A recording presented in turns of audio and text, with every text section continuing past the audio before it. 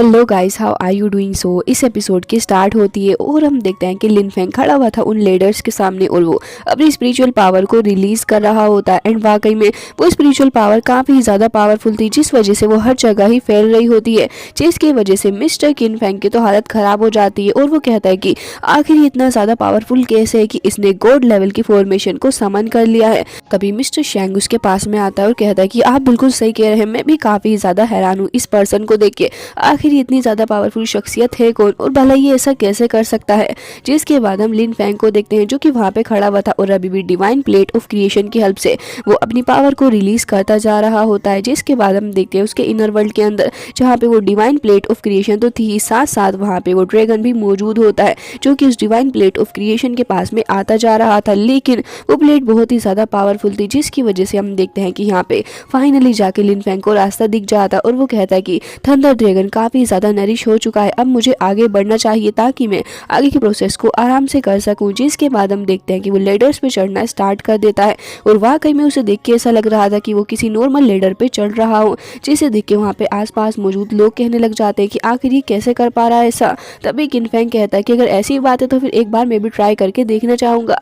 जिसके बाद हम देखते हैं कि ये सारे ही लोग आगे बढ़ जाते हैं और वो भी उसी लेडर के ऊपर आना चाह रहे थे। लेकिन तभी वहाँ पे वो जाइंट लीजर्ड आ जाती है जो कि गुस्सा करती है और कहती है कि तुम्हारी हिम्मत भी कैसे हो यहाँ पे आने की। वो तुरंत ही अपनी पावर को रिलीज करती है। तभी मिस्टर लियू को देखते हैं जो कि तुरंत ही एक स्पिरिचुअल अटैक थ्रो कर देता है उस डिवाइन लीजर्ड की तरफ को, जो कि काफी ज्यादा पावरफुल सोर्ड होती है जो कि जाके उस जाइंट लीजर्ड को हिट कर गई थी। तो वो काफी ज्यादा डर जाती है और कहती है कि वाकई में ये लोग बहुत ही ज्यादा पावरफुल है, इसके पास तो एक क्वासी आर्टिफैक्ट भी है। जिसकी वजह से वो तुरंत ही चली जाती है ओशन के अंदर और हम देखते हैं कि फाइनली ये लोग उस लेडर के पास में आ चुके थे। तभी हम देखते हैं कि किन फेंग कहता है कि जब ब्रदर लिन फेंग वहाँ पे जा सकते हैं तो फिर मुझे लगता है कि मैं भी जा सकता हूँ और मैं यहाँ से आगे जाऊँगा भी।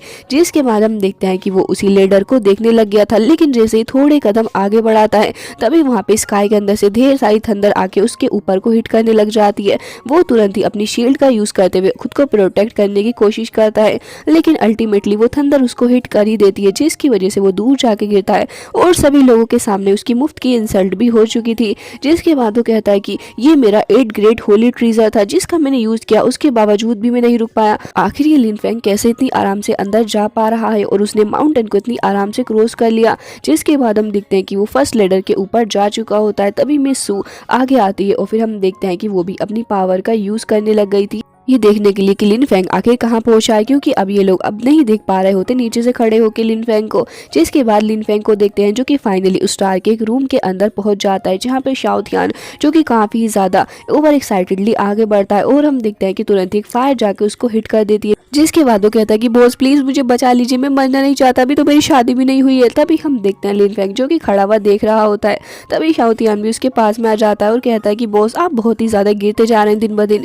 जिसके बाद हम देखते हैं कि वो अपनी डिवाइन प्लेट ऑफ क्रिएशन का यूज करने लग जाता है आगे के रास्ते को देखने के लिए और ये जानने के लिए भी कि आखिर आगे बढ़ा कैसे जाए। जिसके बाद हम देखते हैं कि उसकी बॉडी के अंदर से ढेर सारी स्पिरिचुअल ऑरा रिलीज होती है, जिसकी वजह से हम देखते हैं कि यहाँ पे लिन फेंग कहता है कि अब मैं समझ चुका हूँ कि आखिर मुझे कैसे आगे बढ़ना है। जिसके बाद वो कहता है कि इस जगह पे मेरी स्पिरिट काफी सारी पावर को एब्जॉर्व कर रही है, मुझे आगे बढ़ते रहना होगा अपने ट्रीजर्स का यूज करते हुए। तभी शाओ थियान कहता है कि बॉस थोड़ा संभल के जाना, मुझे नहीं लगता कि हम लोग इतनी आसानी से यहाँ पे जा सकते हैं, मेरी छाती भी जल गई इसी बीच।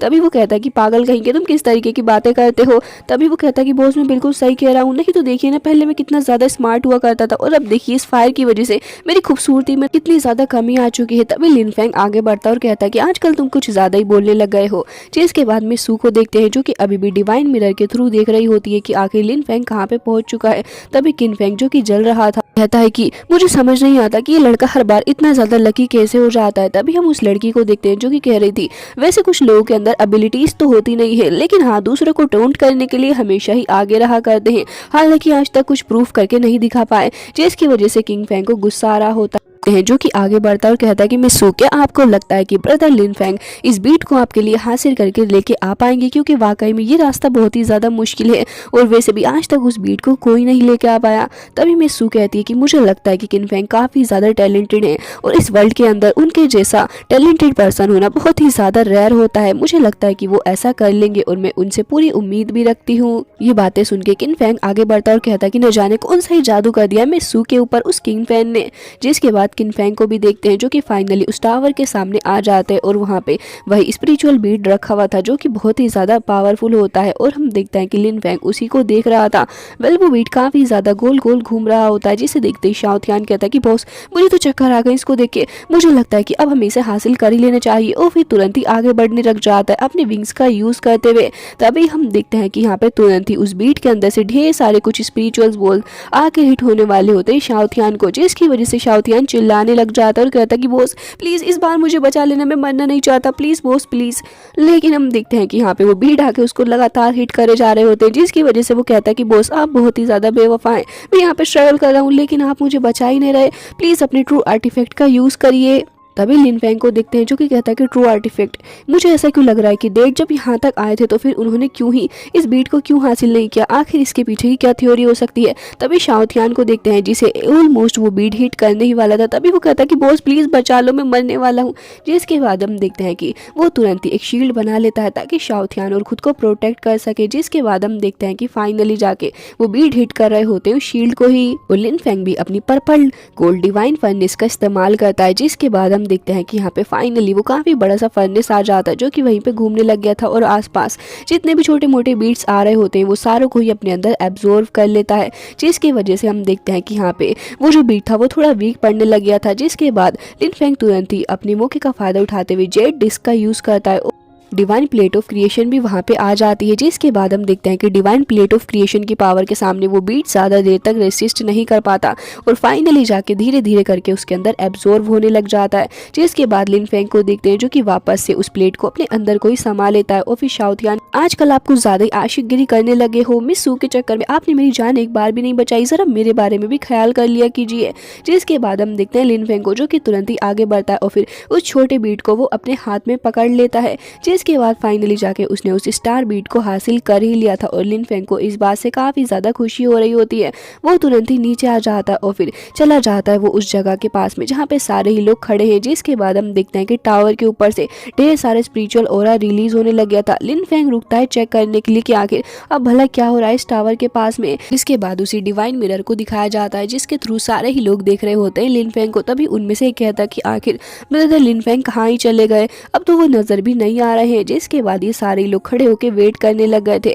तभी लिनफेंग को देखते हैं जो कि तुरंत ही वहां पे आ जाता है और हम देखते हैं कि सारे लोग काफी ज्यादा हैरान थे।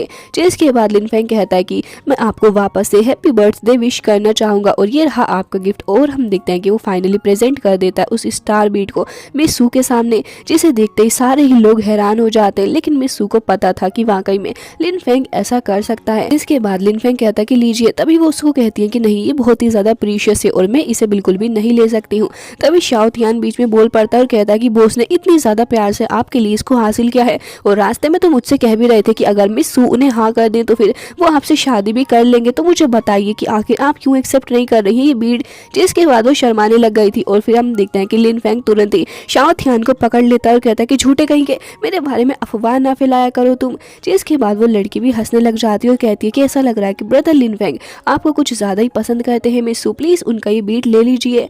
जिसके बाद हम देखते हैं कि मिस सू भी शर्माते हुए उस बीट को ले लेती है और कहती है कि वाकई में आप बहुत ही ज्यादा टैलेंटेड है। जिसके बाद किनफेंग आगे बढ़ता है और कहता है कि लेकिन जो भी हो सिस्टर, आप बहुत ही ज्यादा केयरफुल रहिएगा, जरा आप खुद ही सोचिए जब ये इतने ज्यादा टैलेंटेड है कौन सी लड़की इनके साथ आना नहीं चाहेगी। और क्या आपको लगता है कि मिस्टर लिनफेंग किसी चांस को मिस करते होंगे जो कि खूबसूरत लड़कियों के अराउंड होना होता होगा। तभी हम देखते हैं कि सारी बातों में मिस्टर ल्यूब उसका साथ देता है और कहता है कि बिल्कुल सही कह रहे हो तुम, मुझे भी यही लगता है कि मिस्टर लिनफेंग ऐसे ही है। जिसके बाद वो लड़की पलटती है और कहती है कि आखिर तुम्हारी हिम्मत भी कैसे हुई ये सब कुछ कहने की मिस्टर लिनफेंग के बारे में, मिस्टर लिनफेंग ऐसे नहीं है। तभी शाओथियान भी कहता है कि एक तो तुम्हारे अंदर इतनी हिम्मत नहीं है कि तुम जाके उस बीट को लेके आ पाओ, इवन तुम एक लेटर भी नहीं चढ़ पाए, उसके बावजूद मेरे बॉस को ब्लेम कर रहे हो और फिर उनके ऊपर इल्जाम भी लगा रहे हो तुम, मैं तुम्हारी जान ले लूंगा, छोड़ूंगा नहीं मैं तुम्हें। तभी मिस सू भी उन्हें डांटने लग जाती है और कहती है कि ब्रदर आपको ऐसा नहीं कहना चाहिए था। लेकिन शाओथियान कहता है कि मिस सू आप सामने से हट जाइए, आज तो मैं इस लड़के की जान ही लेके छोड़ूंगा, क्योंकि इसने अच्छा नहीं किया और साथ साथ इसने मिस्टर शैन को भी भेजा था मेरे मास्टर के ऊपर अटैक करने के लिए। ये सुनते ही मिस सू को काफ़ी ज़्यादा गुस्सा आता है और वो कहती है कि किन फेंग, ये मैं क्या सुन रही हूँ तुम्हारे खिलाफ। तभी वो कहता है कि सिस्टर, ये मैं तो मजाक कर रहा था, ऐसा ऐसा सच में कुछ नहीं है। ये सुनते ही वो कहती है कि मुझे तुमसे ये उम्मीद नहीं थी, अगर तुम किन फेंग के सामने इस तरीके की हरकत करोगे तो फिर आज के बाद मैं तुम्हें कभी भी नहीं बचाऊंगी, क्योंकि किन फेंग ने तुम्हें मेरे लिए ही छोड़ा है, मुझे अच्छे से पता है। नहीं तो अगर वो चाहते तो फिर वो तुम्हें मार भी सकते थे। जिसके बाद में सू को देखते हैं जो कि कहती है कि लिन फेंग प्लीज मुझे माफ कर दीजिए, चलिए हम लोग अकेले में चल के बात करते हैं। ये सुनते ही लिन फेंग खड़ा हुआ था, लेकिन वो लड़की तुरंत ही उसे पकड़ के ले जाती है और कहती है कि ब्रदर लिन फेंग, इतना भी क्या शर्माना।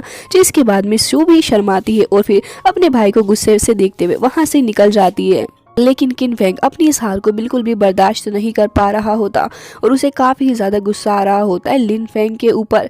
सो गाइज, इसी के साथ ये एपिसोड हो जाता है एंड आई होप आपको अच्छा लगा होगा। मिलते हैं नेक्स्ट वीडियो में, तब तक के लिए bye bye, take care of yourself.